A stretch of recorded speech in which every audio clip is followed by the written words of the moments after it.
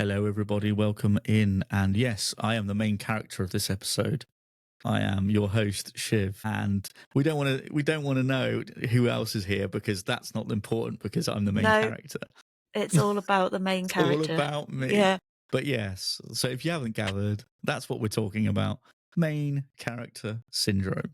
Yes. So this is one of a number of problem player issues that you tend to find it crops up a lot in things like D&D Reddit and stuff, like the horror stories things. See it all the time. This person ruined a game because they thought they were the main character, and when things didn't go their way, they threw a strop kind of thing. So what is main character syndrome? Well, funny you should mention that from a main character myself. No, not at all. But I think it's someone, to me, it's someone who always draws the spotlight away from other players to themselves. You could have like a backstory moment, and I think that person will somehow interject themselves into it when it's not necessary. So you could have like your character and another NPC or something having a moment, and my character, being the main character syndrome, would come in and be like, well, how can I make this about me? And start to try and draw that attention away. It's like, like the main character in any film or series, the narration always goes back to them. And I think as a player, that's what you're aiming to do, either by subverting it or, being a bit sly about it or being very brazen about it. You're always trying to find a way to get it back to you. Yeah, so the Game Detective, way back in 2013, defined main character syndrome as the tendency to create and play a character as though they're the lead and every other player character is part of the supporting cast. And it's very problematic in a game setting, because if you start seeing yourself as the main character, you start pushing out everybody else and you start to display behaviors that are actively hostile to the gaming environment, and nobody wants that shit. I can, as No. having witnessed main character syndrome at its finest in many games that I've played in, it's not fun to play a game at a table with someone with main character syndrome. It's very boring. It's frustrating. Makes you want to just like flip the table, like pull a tabletop simulator and just flip the board and just, no, I'm done. This is bullshit. The main issue is a lot of people won't say anything. They won't complain about main character syndrome. They'll just say, oh, it'll just look like that I'm being jealous for attention. It's not that. No, that's not what's happening here. You're not being jealous. You're not being irrational. You have a genuine concern here. If somebody at the table is steamrolling in and playing themselves off as the main character, that's a pain in the bum, and you should voice about it. The biggest issue I find is when the DM gets involved in the main character syndrome as well. Or is this like DM NPC type maneuvering, is it? Or not necessarily DMPC type thing? So if anybody's ever listened to, you've heard me talk about this before, Crispy's Tavern or Crick Crab or any of those other ones, there's so many of them now. You often hear about instances of favoritism between DMs and players, where a DM might favor a particular player and essentially enable them in their main character syndrome behavior. So we'll put them on a pedestal, make everything about them, make them the only one that can do XYZ thing, give them all the gifts and rewards and all the special attention. It's very common in partnerships, not gonna lie.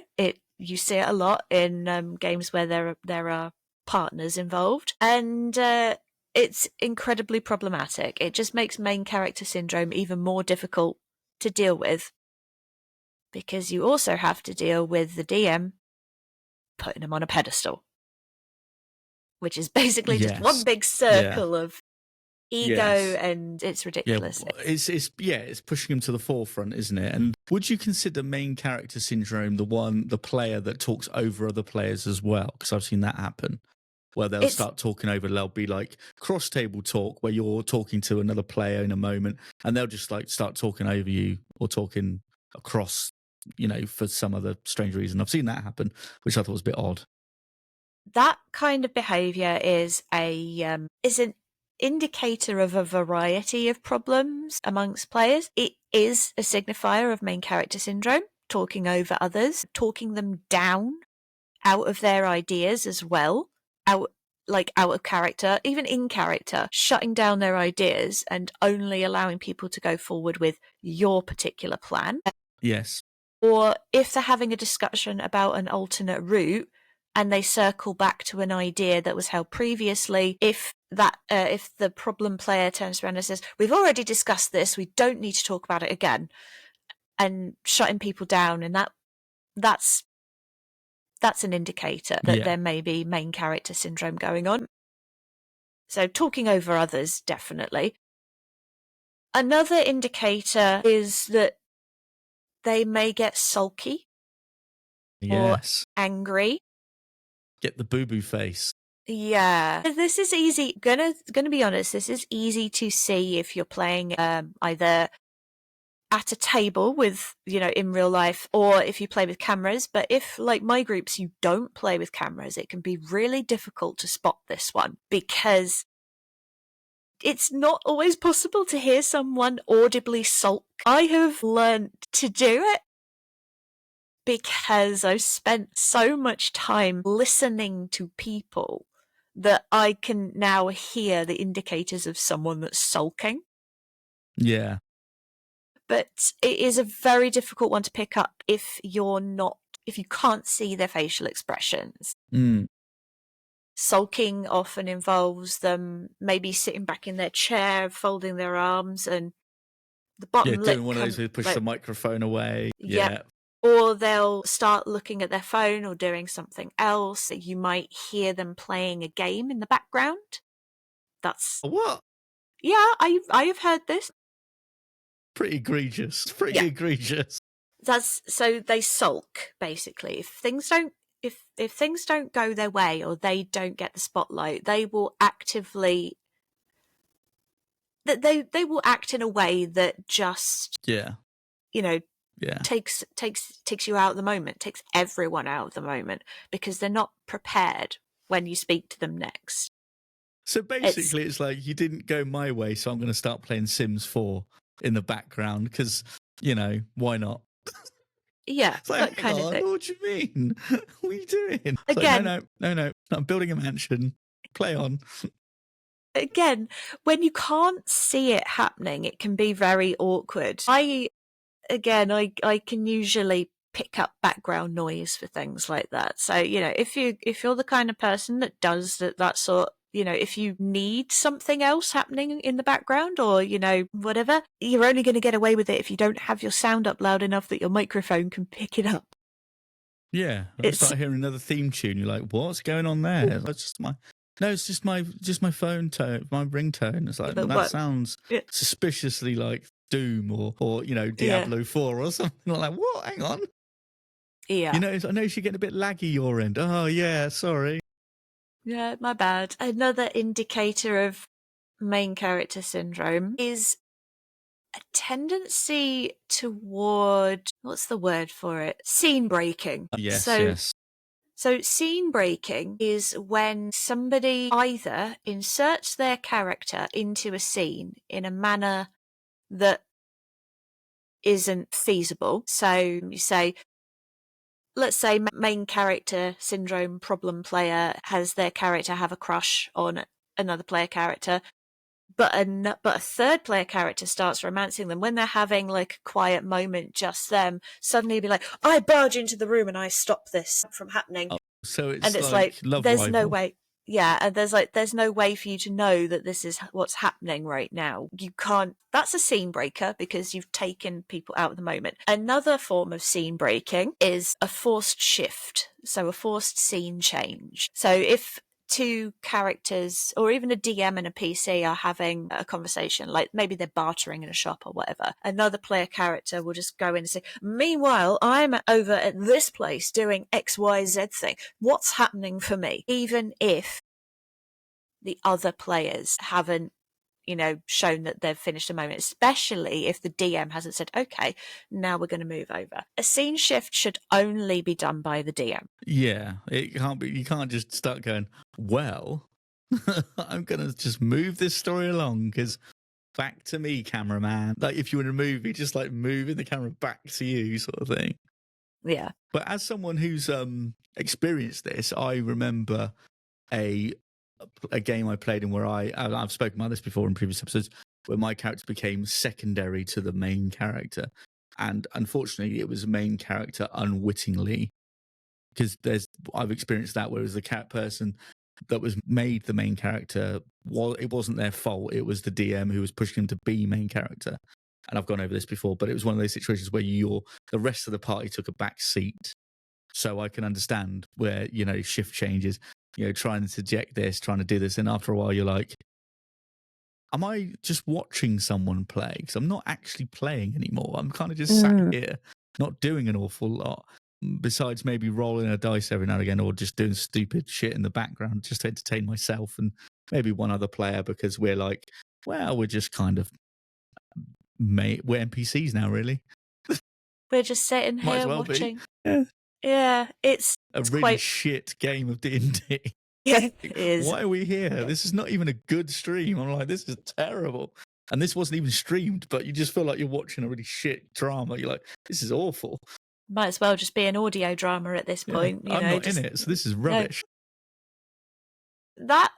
That kind of main character syndrome is that's a DM forced ideal. It's less the problem player and more a problem DM, that one. It can be indicative of a bigger problem, especially if the player just allows it to happen and doesn't say, actually, this doesn't make me feel comfortable, because not only are they allowing a DM to push this main character thing on them, they're not having fun because it's being pushed on them, but nobody else is having fun either because it's being pushed on this one person who isn't having fun. So in the end, nobody's having fun except the DM, who's oblivious to the fact that nobody's having fun. Yeah, exactly. And that's the worst thing in the world. Yeah. I'm trying to think, what else is there for... What other things can you look out for with main character syndrome? A blatant disregard for the backstory and or themes, character arcs, etc. of the other player characters. This kind of person, this kind of problem player, will actively dismiss attempts to bring in others' backstory. They will shut down character arcs. They will, I don't know if this is an intentional thing, but they will forget or misremember or basically just have completely wrong information about backstories that it's just like, where did you even get that from?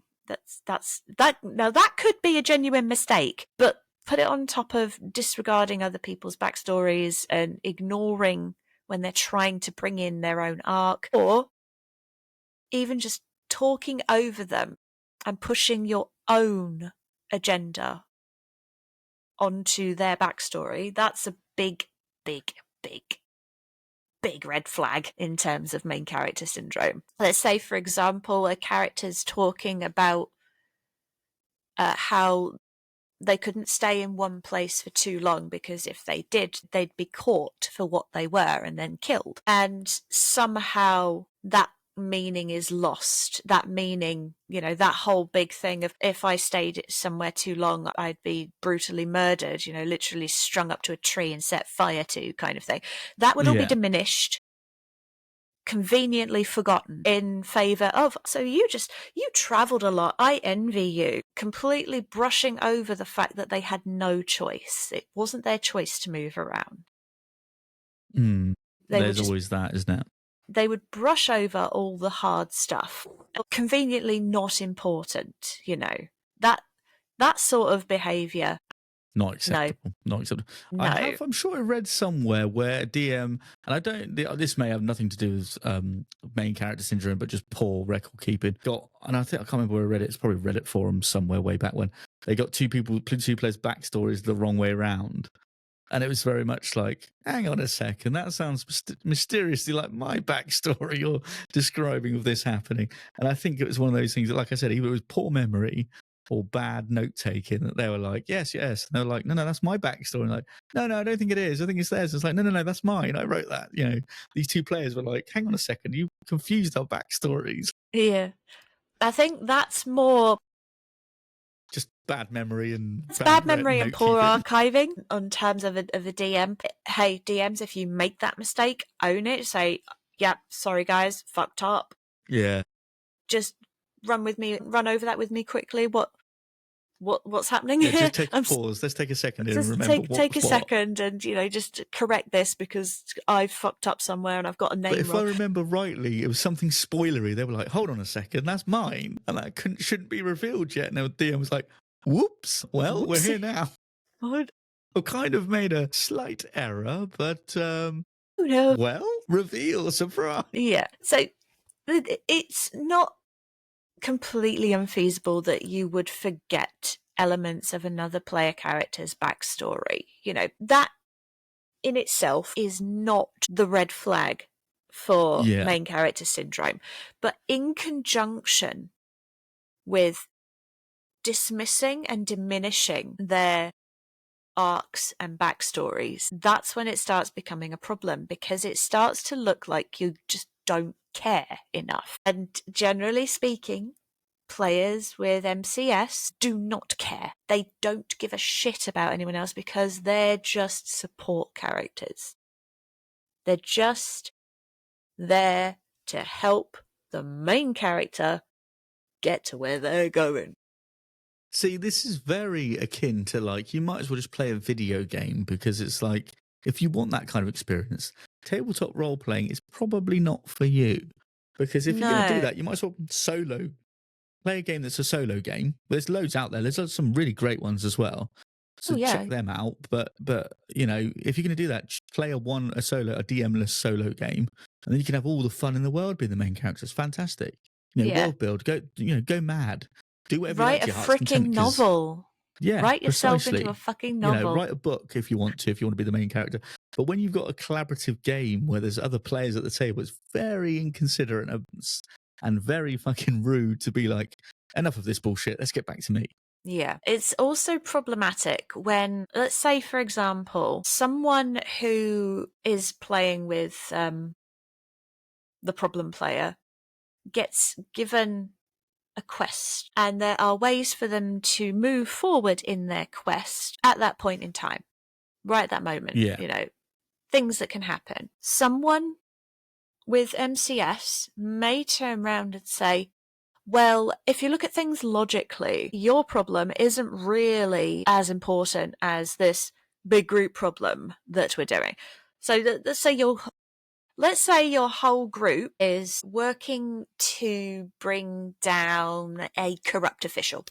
So you're all working to bring him down. One of the player characters gets a quest because their warlock patron has had an object stolen and it's degrading their link to the material plane, let's say. This is making shit up off the top of my head. So the warlock patron is basically saying, if you don't get this item back, we will lose our connection and you will lose your power. Ooh. Yeah. There are clues to its whereabouts in the city. Now, the DM is probably not going to go out of their way to fuck with them and, you know, just take away their power straight off. They've given them this quest because they don't want to do that. Yeah.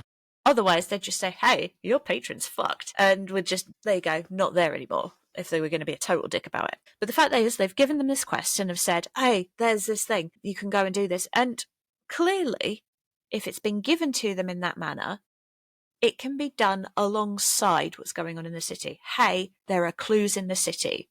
Go take a look. If problem player turns around and says, yes, well, it's a thing, but clearly it's not as important as bringing down this corrupt official, so you shouldn't even start looking into it right now. It's not, don't mention this to anyone at this point. We'll get to it later. Yeah. That's main character syndrome. Keep it. Yeah. Don't. Yeah. That's right there, because that is removing the other player's agency. That's what I was going to say. Yeah. Anything. Player agency. Yeah. It is removing their agency. It takes away from their ability to do their quest, because you, as the main character, are saying, nope, we're not focusing on that right now. We're focusing on the thing that I want to focus on. It's not even a question of, how can we make this work? How can we do this at the same time? As, maybe we should mention this. The fact that your patron, you could lose your connection to your patron means that suddenly you're no longer a warlock in the middle of a fucking fight is going to be quite important later on. Yeah, I am now I've now got commoner stats. So I now have commoner stats. 10 hit points, I'm dead. Yeah, I tell you, it was a strong wind, I'm dead. Yeah. But I think as well, it's like if you have that scenario where we've got to break into the vault and the main character syndrome guy, the MCS person, is like, I can unlock this. And then you're going to spend how many turns, how many tries of the lockpick? But they don't have, they do not have proficiency in lockpicking, but they insist on it anyway. Or the worst one, they do have proficiency in lockpicking, but it's a type of lock they've never seen before and have never picked before, so the DC is incredibly high. But I'm still going to go for it. I'm still going to go for it. I rolled a nat 20. That's an auto success. It's not in my games, for the record. I'm just going to say, in my games, a nat 20 is not an auto success, because DCs are there for a reason. If there is a DC of 32, it's 32 for a fucking reason. So, and if a nat 20, if you have a nat 20 and your proficiency only brings you to 28, you still haven't hit the DC. And in my eyes, that's not an auto success. It just means that you gain something. Okay. Yeah, you've had a really, really good crack at it, but it's just not enough. You've learned more about this type of lock. You've learned XYZ things about it, and you figured out these 3 pieces of information which could help you in future locks. However, you know that you can't pick this lock. There was a situation where I had outright told someone, this is a stone door with a numeric combination lock on it. You cannot see a locking mechanism. There's no way to remove a hinge, and you don't know how to pick this. You need the combination. And yes. I told them this, and this person didn't have a knock spell either. A knock spell would have worked, but they didn't have it.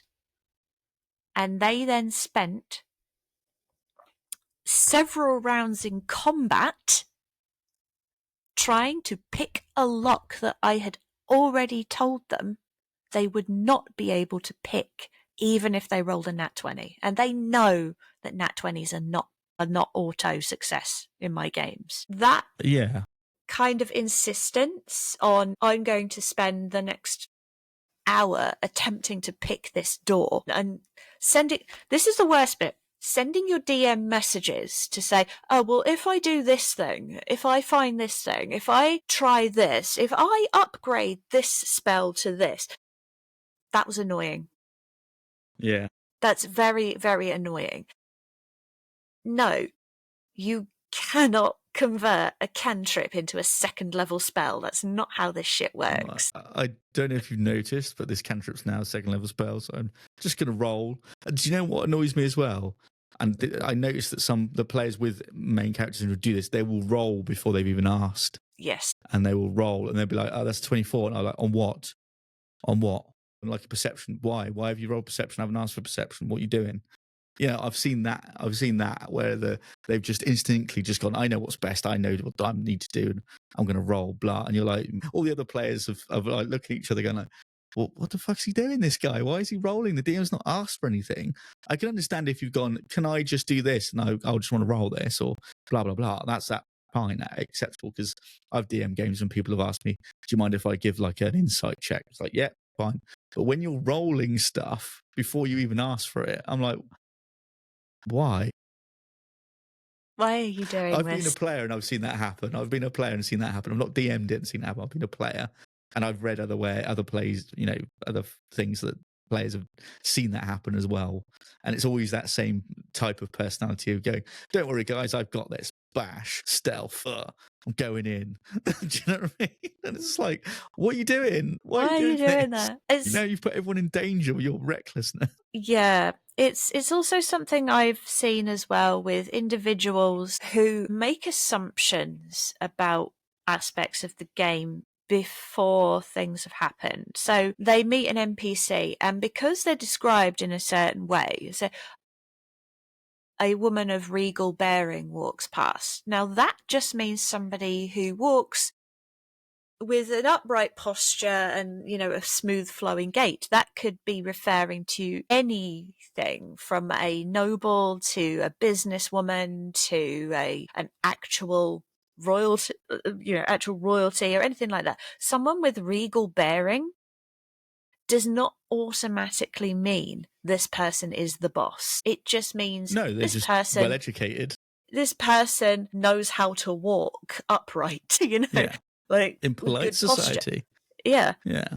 So making certain assumptions about NPCs and then trying to this is another one. Pushing for information that they don't have any right to have. Now this can be is this right? This can be in character or out of character. In character, it'll be pressing an NPC who's already refused knowledge and given a reason for why they're not going to tell you. So NPC turns around and says, I don't know who you are. Why would I give you this information?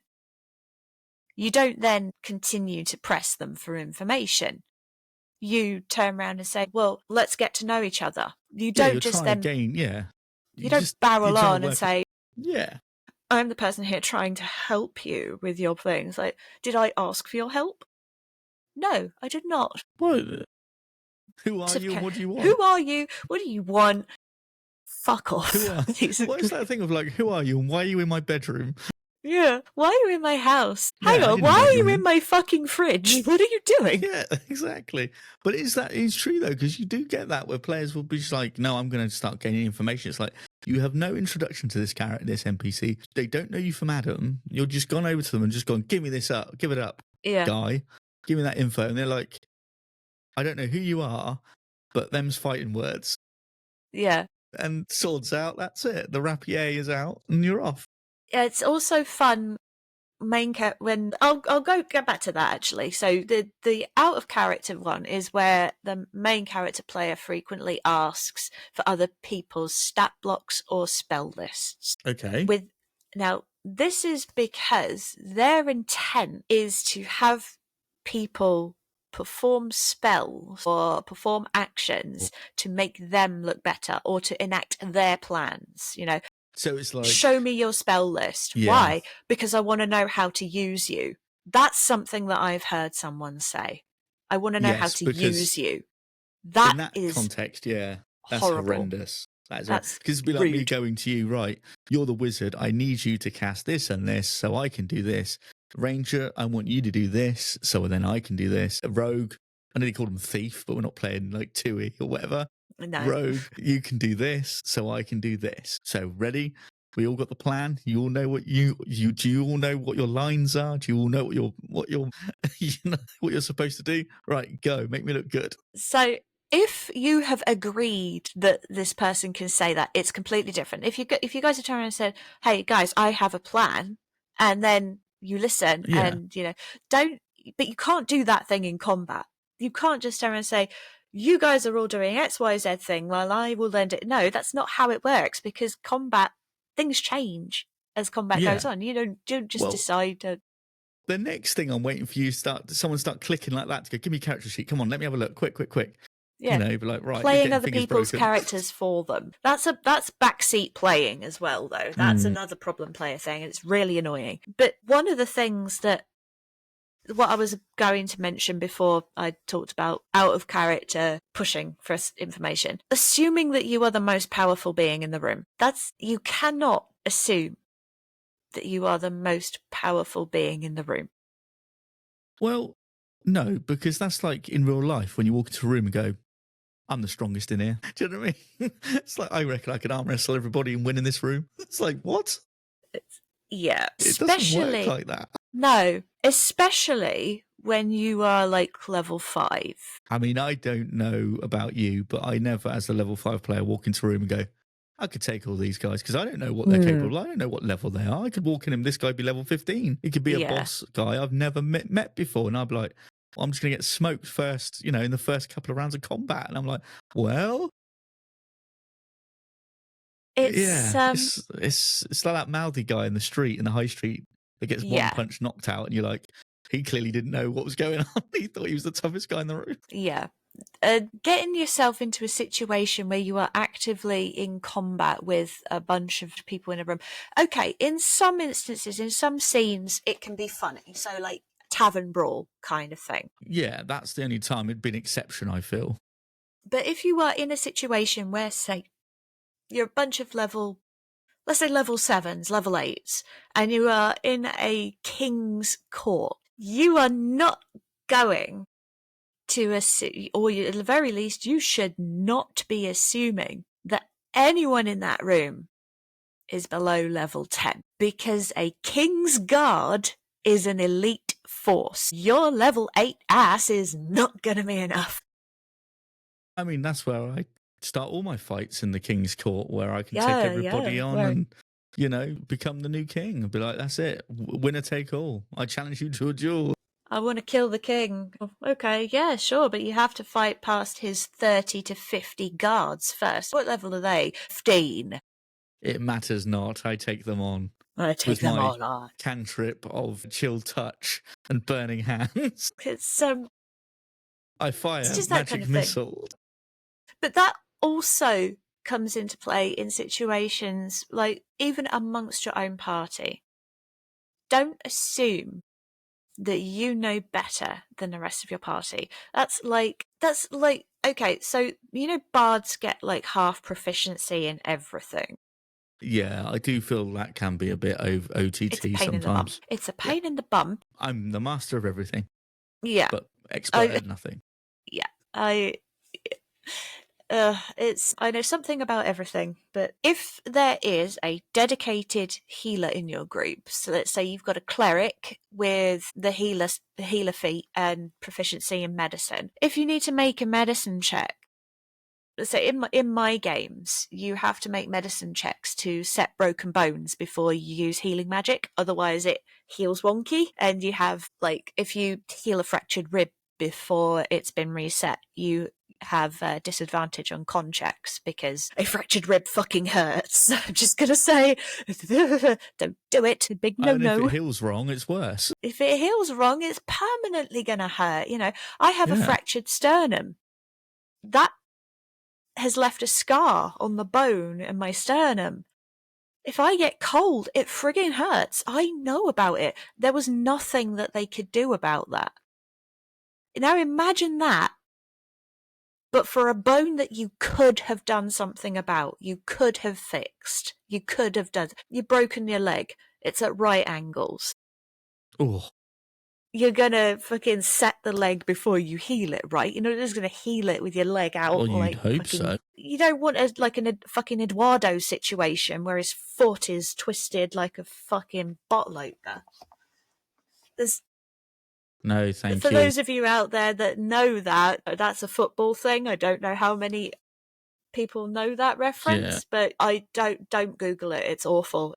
Or again, or do Google one, it. if if you know football, then there's Alan Smith. You remember him? Young player I think it was dislocated his ankle and broke his leg at the same time.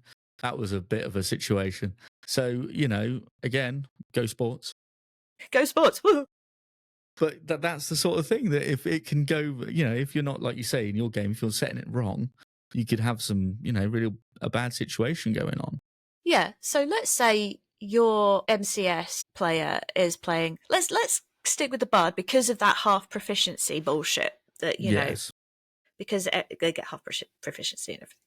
And let's stick with a cleric because cleric is obviously the healer, because they always are. They're not always the healer at all, ever. But that's the common trope, so we'll go with that. If the two of you are in a room and there's a guy in front of you with a broken leg and you want to heal it, who are you going to have make the medicine check to reset the broken leg? Well, it's got to be the wizard, obviously. Oh, yeah, duh. Are you going to go for the guy with half proficiency? Yeah. Or are you going to go with the guy that's got the feat, the proficiency, and the high stat? Well, you'd hope so, wouldn't you? You'd Yes. think, I will go to the person that has that. Otherwise, this might not end, as well as I'd hope for me. I might have a bit of a funny limp afterwards because this hasn't been set properly, because half proficiency guy didn't roll that well. And, just to let you know, I played a cleric and Hawthorne was not proficient in medicine. No, he was not. He was not, but he had a high medicine. He had a +6 by the end of it to medicine checks, which was reasonable. But he had magic. He had spells that could do that shit anyway. So it's like whatever. Yeah. No, I think Kiva did have medicine. I can't remember. Yes. I mean, to be honest, the second. No, she didn't Paladin actually. Probably I'd look for secondly after the cleric, if I'm honest. Or druid. Or druid. You can get healer type druids. I thought Kiva did, but no, she didn't. She had it in something else. But the half proficiency bard, I'd probably be thinking last resort, if possible. If maybe the cleric's knocked out and the druid's gone off somewhere. Yeah. He's the only one in town, then yeah, maybe. Generally speaking, if the dedicated healer in the group has turned around and said, and has already done a quick check and has established, no, this guy's fine, he doesn't need anything, waltzing up after that and saying, I want to do a medicine check to see if there's anything I can do to heal XYZ thing, isn't going to go down well, because you've basically just told everyone that I don't care that the healer has figured out that this guy is safe, I don't care what they say. I'm going to do my thing my way because maybe it's to my advantage. What are you hoping to get out of that? Yeah, precisely. It's like, well, where's this going? It's just like, oh, I've healed you, so now you owe me. No, I don't. I didn't ask you to heal me. I was doing perfectly fine. You wasted a spell slot all on your own. Yeah, I was this is all you're doing. I was brought in by my fucking healer wife. So, I don't need you to tell me that I need healing, because my fucking healer wife said I was fine. So go fuck yourself. But you're going to take my healing anyway. Have at it. Don't touch me. I swear to God, sometimes I just want the NPCs just to turn around and say, don't fucking touch me, bitch. Yeah. And it'll be that thing of like, it's okay, I don't need to I cast healing word from afar. It's fine. Yeah. And then say, I feel like I've been attacked. Hellish rebuke. Yeah. And I would fucking allow it. I would. Or if you're that way inclined, counterspell. Counterspell. Fuck you. The ultimate middle finger. I shall counterspell your healing that I did not want in the first place. Good day. It's just, it's one of those things.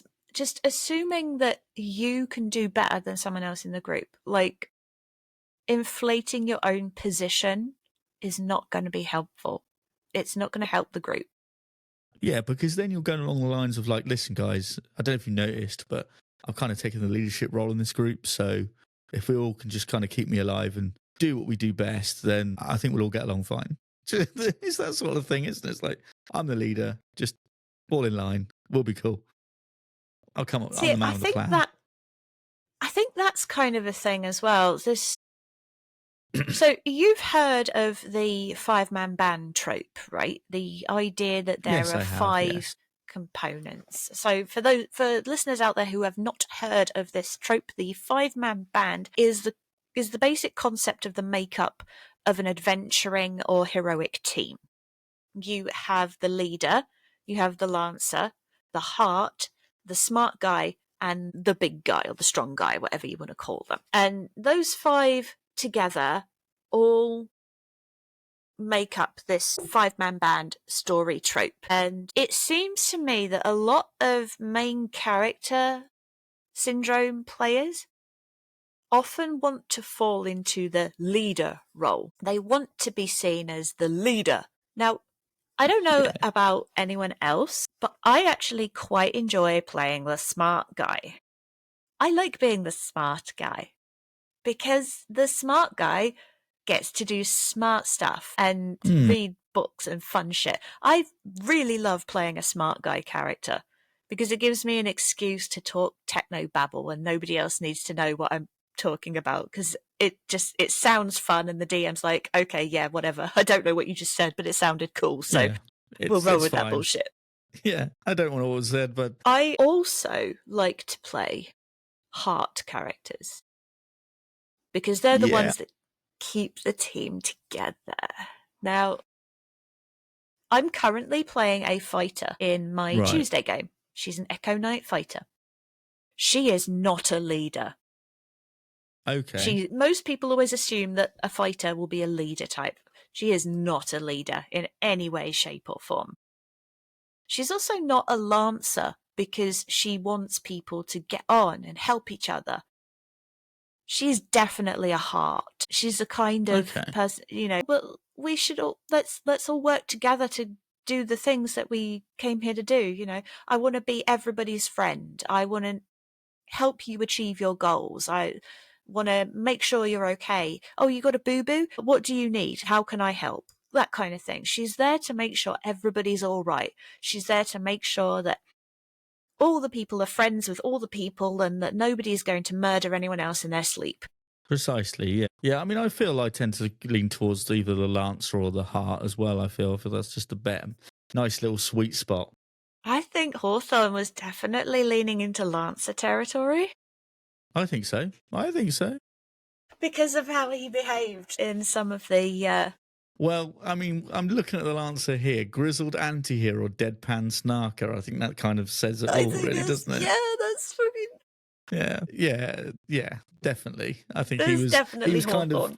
I feel he was kind of in the middle. He was kind of more Lancer than Heart, but I feel he was in the middle, kind of between those two. Somewhere between. I don't know where Kiva would sit because she definitely wasn't a leader. She definitely wasn't a Lancer, but she wasn't that smart either. Well, she was because I've just googled it again. This is obviously going off topic because this is what we like to do here. We'll talk about this trope another time, but this is important. I do think she was probably. I mean, there's one of them. It seems a bit sexist, but it's like just called the chick. The chick, yeah. Is that what she's the chick? She's not big guy. She's not smart guy. She's just the chick or tag along kid. I don't know. My God, she's totally the tag along kid. Yeah. Maybe that's what she is. Maybe that seems a bit harsh, but it is. But she's just a tag along. Yeah, you will find that a lot of problem players with main character syndrome will tend to push them, try to force themselves into the leader role. Yeah. And sometimes they're not really suited for that role. No. The worst possible situation is actually when you have a table where nobody is really a leader type. Was that just like decision paralysis all round and everyone knows, what do we do, guys? Yeah. I don't know. I'm not sure. I don't want to play anymore. At one of my tables, we had a displaced farm boy who had never lived in a big city before. We had a wandering druid who never stayed in one place for too long and was worried about her great secret being exposed. We had a kobold ranger who literally grew up in a fucking cave. Reasonable. Amongst other kobolds whose basic understanding of life was everybody dies, just make the most of it. Read that as... bad mantra to have. Read that as bonk every kobold that exists, basically. Yeah. Hey, listen, we're here for a good time. Well, not a long time. We're here for a good time. And then we had an aforementioned bard. None of them were really realistically leadership material. Oh, okay.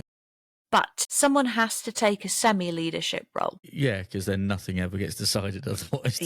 We're all in the same boat. Nothing gets decided or done or anything like that. And it's like, in that situation, you may find that someone starts to develop main character syndrome. Yeah. Because nobody else, if you don't push back against someone with main character syndrome, they will continue to steamroll you. So somebody who has an inclination toward main character syndrome will definitely take advantage of an indecisive group. That's where that kind of breeds that sort of thing, I feel. It's like, well, if no one will take the reins, I will. This is my moment to shine. Yeah. Time to get to the forefront here because you fools don't know what you're doing, so it's down to me to make up the plan. Yeah. Don't you worry. Lord Flashheart. We actually talked a little bit last session when we talked about the lone wolf. One of the things of a lone wolf was, you guys don't know what you're doing, I'm better off alone. It's a similar thing for main character syndrome. You guys have no idea what you're doing, so just follow me. Yeah, it's not good. It's not fun. I mean, how does that work then if you have a lone wolf main character? It's like, I'm just doing my own thing now. I'm just doing my own, game. I've gone off on my own. Okay, bye-bye. See you later. Yeah. Don't bother coming back. But that's essentially it, though, isn't it? Basically. If you're going to be the lone wolf main character, you're not doing anything. It's all good. It's all, catch you later, guys. Catch you later. Fuck off. Now, how do you deal with main character syndrome? So, as a DM, if you notice that one of your players has, in fact, got main character syndrome, then what you need to do is remind them of the rules frequently. Like, no, you don't shift the scene. I do. You don't tell people where you're going. You ask and you negotiate, and you make it clear that these things happen at your discretion, not at that player's. If you decide that there is going to be a scene change, you don't let the player make that decision for you. You have to put your foot down. You have to be quite firm with them. If you note that a character is actively sulking when things don't go their way, keep an eye on it, because it could get worse. It could result in arguments. And if you notice that they are forcing other players to go along with their plans, without asking their opinions, make sure to actively say to them, like the other players, things like, well, okay, what do you guys think? What do you guys want to do? And make sure that everybody gets a moment to shine. Don't let them steamroll everyone else. No, don't let them make those decisions. Push their agenda on you, because I think over time, that's when it all goes a bit wrong, and then it all goes slightly troublesome, because I think they're opportunists as well, main characters. I think they're opportunists. They it's a bit weaselly because they try and find their opportunity to sort of snake in there and go like, right, now's the time. I can see a weakness in the group here where I can influence. And especially, I always find that it's always groups that maybe have inexperienced players or people who are very nervous. So they go, right, this is where I kind of start to impose my will on these players who might not know the rules as well as I do. But good job I'm here, because good job I'll show you the way. That sort of very sneaky, malicious attitude, which I don't quite like. I don't like at all, because it's like, so hang on a minute, this person doesn't know the games very well or the rules very well, but you're going to be quite insidious about it. And it's quite a strong word. I'll use it, because that's your intent, is to manipulate them. To be like, no, you need to, I'll help you with your spells. Wink. That sort of look at the camera, break the fourth wall, winking at it, knowing full well what you're doing. Agatha, kind of. Yeah. Or it's the, if you remember that old, House of Cards, where he looks to the camera like, oh, this is what I'm going to do. That sort of behavior where that and I think if you're an experienced DM, that's the sort of thing you got to be sniffing out. But like, look, I don't mind you helping, but just back off when they want to make their decisions. They make the decisions. They're playing this game. They want to learn. They want to have fun. They don't need you interjecting, telling them what they should or should be doing. That's where I draw the line. If they want to make a decision and it turns out going wrong, that's fine. That's their decision. But don't be like, if you do this and this and this will help for me. And it's like, no. Come on now. I know what your game is. I know what you're up to. Yeah. I know exactly what's going on. And as a player, if you do notice people that do seem to be main charactering, they're steamrollering everybody into doing what they want to do. They're purposefully butting into scenes between other players. They're constantly taking the spotlight away. They're sulking if they don't get what they want when they want it. They're always trying to manipulate others into doing things their way, or they're pushing for things that they've already been told no to on multiple occasions. If you notice any of these main character behaviors, you probably should mention them to other players as well. Say, folks, look, I've noticed these behaviors. I'm a bit worried about them. What are you guys thinking? And by players, I mean both, your group and the DM as well. The DM is a player at your table. So talk to your DM, talk to the other players and say, look, I've noticed this behavior and I'm a bit worried about it.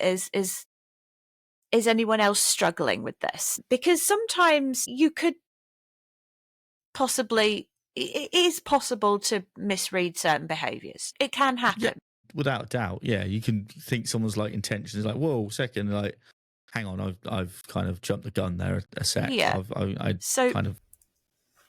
Yeah. So check with the other players, check with your DM, and then you can maybe have a discussion. Look, I'm feeling a bit uncomfortable with the way that you're constantly pushing this agenda or constantly shutting others down. Is there a way that we can work this through? You might be able to, I hate to put it this way, but it's the only way I can think of putting it, you might be able to beat the main character syndrome out of them. There's a possibility. Yeah.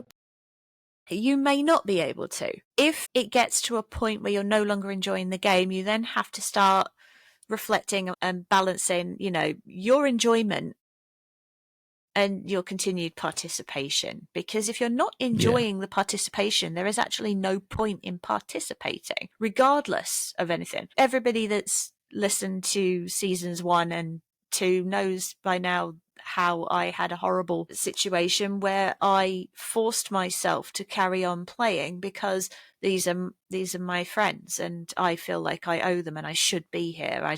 I'm not going to stop just because this person is taking away my enjoyment. But I was miserable doing it. Yeah, that's and I should to you, doesn't it? should have stepped away because it started me drinking. It got me very depressed and I nearly quit TTRPGs altogether because of it. But I also feel that if I had actually just left, I think people might have been a bit more like, actually. Yeah. Because it What's wasn't happened until... here? Why has this happened? It wasn't until afterwards when I explained to people, actually, this was all making me feel very uncomfortable and awkward, that other people turned around and said, oh, really? Me too. And I was like... Are you fucking kidding me? Because the DM turned around and made me feel like it was just a me problem, that I was the problem, And it wasn't. There were other people that felt the same as me. And I'm like, why did you guys not say anything? Oh, I didn't want to rock the boat. Rock that fucking boat. Yeah, I'm going to tell you now. Yeah. I'm going to tell you now, as a sailor, a boat generally has enough ballast that, yes, you can rock it and it will not tip over. You have to be doing something pretty damn stupid to tip a boat that far. Yeah, exactly. And I think that's the problem, is where communication falls down, because everyone's like, but I didn't know you felt that way, and I didn't know you felt that way, and that's because we didn't talk to each other.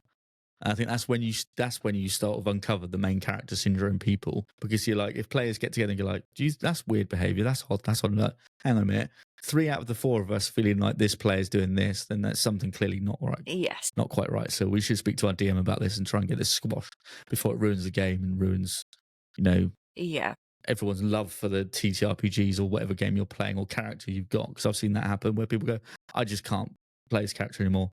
It's so tainted. It's just, I can't pick it up anymore. Ruined, yeah. Exactly. And it's sad. It's sad when that happens.